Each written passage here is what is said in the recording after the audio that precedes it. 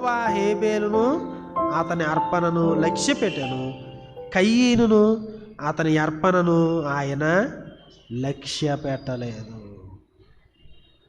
సరే, నన్ను దేవుడు అంగీకరిస్తాడా లేదా, దేవుడు ఏం చేస్తున్నాడు అనేది మనకి ఎట్లా తెలుస్తుంది?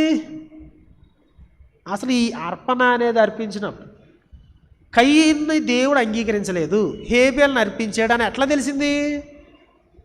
అర్పిస్తే తెలిసింది. సో దేవుని యొక్క ఉద్దేశాలు మనకి ఎట్లా తెలుస్తాయి మన గురించి? అర్పణ దగ్గర తెలుస్తాయి అన్నమాట. అది బేసిక్ ఇష్యూస్ ఇవి. నేనేం తెచ్చాను ఏం తేలేదు అనేది కాదు, నేను ఏమై ఉన్నాను అనేది నా అర్పణ ద్వారా దేవుడు అంగీకరించాడా లేదా అనే దాని ద్వారా తెలుస్తుంది. హెబ్రీ పత్రిక 11:4 హెబ్రీ గ్రంథకర్త అన్నాడు, హేబేలు విశ్వాసం వలన దేవునికి అర్పించాడు, ఇది కయ్యీను కంటే శ్రేష్టమైనటువంటి అర్పణ అంగీకరించాడు. ఎట్లాగా?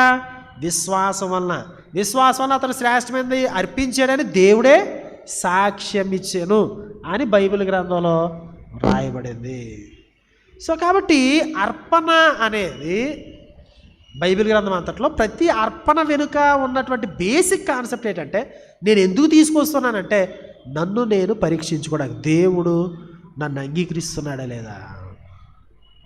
అది స్వపరీక్షకు సంబంధించినటువంటి విషయం, సెల్ఫ్ ఎగ్జామిన్ చేసుకోవడానికి. ఏదండి, నా జీవితము దేవుని చేత అంగీకరించబడేటువంటి జీవితమేనా, దేవుడు నన్ను లక్ష్య పెడతాడా అనేది నాకు ఎట్లా తెలుస్తుంది? నా అర్పణని దేవుడు లక్ష్య పెట్టాడు.